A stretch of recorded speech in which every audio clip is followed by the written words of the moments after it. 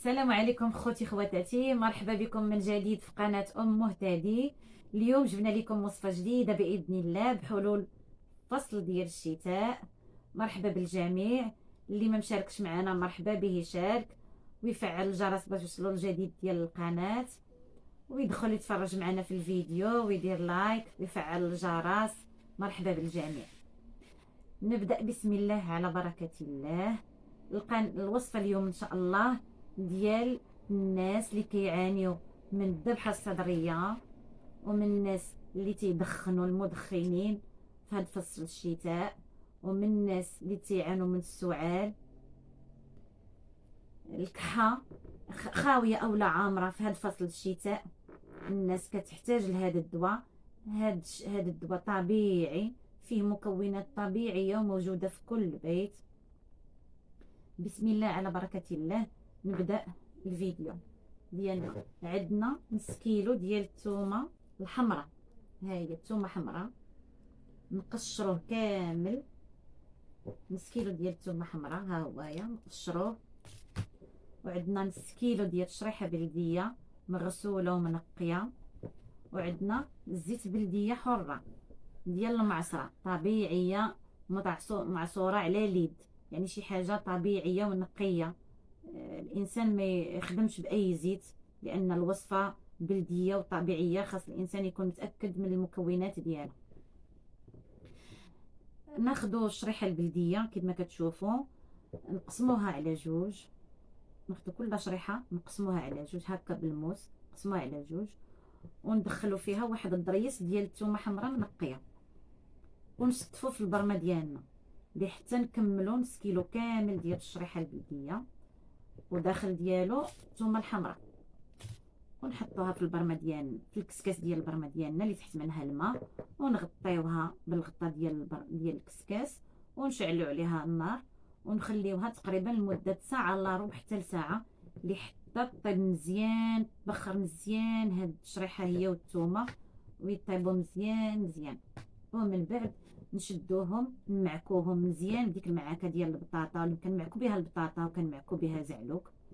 نمعكوهم مزيان مزيان. ايوا ونضيفوا ليهم واحد الزيت، كاس ديال الزيت بلديه، نضيفوه لهاد المكونات بجوج اللي طابوا مزيان ومعكناهم، ونديروهم في واحد الكاسرونه، ونديروا تحت منهم طنجره كبيره فيها الماء، يعني حمام مريم، ونحطوا ديك الكاسرونه من الفوق. ايوا نشعلوا عليها النار مهيله لمده تقريبا نص ساعه، وحنا تنحركوا بلالوش ديال العود، وحنا تنحركوا حتى يندمجوا هاد العناصر كاملين. ايوا لالا، ونطفيو عليهم ونخلوها على جانب حتى تبرد واحد المده ديال نص ساعه حتى لساعه. ومن بعد نديروها في واحد البواطه ونخبيوها على طرف، يبقى الانسان يستعمل منها معلقه كبيره بشي سائل دافي 3 المرات في النهار. نص ساعه قبل من الفطور عادي يفطر الانسان، ونص ساعه قبل من الغداء عادي يتغدى الانسان، ونص ساعه قبل العشاء عادي يتعشى من وراها الانسان.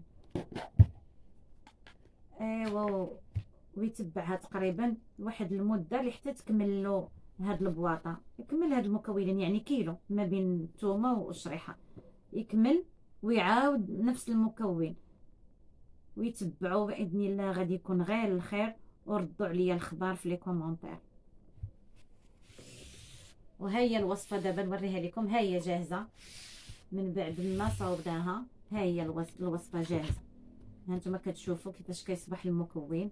ها انتم كتشوفوا، ها هو الانسان ياخذ هاد المعلقه قبل الفطور، ونفسها قبل الغداء، ونفسها قبل العشاء، ويدوزها بشي حاجه دافيه، اما اتاي سخون مشحر مزيان، او حليبه سخونه. بالناس اللي ما كتعانيش من مشكل ديال الكوليسترول ممكن لها تاخذ الحليب مع هذا.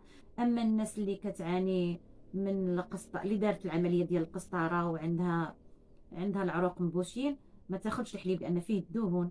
تاخذها بكويس داتاي مشحر بلا نعناع، او ميها دافيه تاخذها، دوزها بميها دافيه نص ساعه كيف قلت لكم قبل كل وجبه.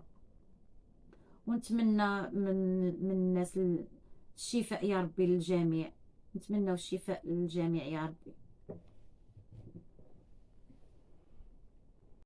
ايوا خوتي خواتاتي، نتمنى تكونوا استفدتوا من هاد لا فيديو، وان شاء الله يدخل عليكم بالشفاء يا ربي.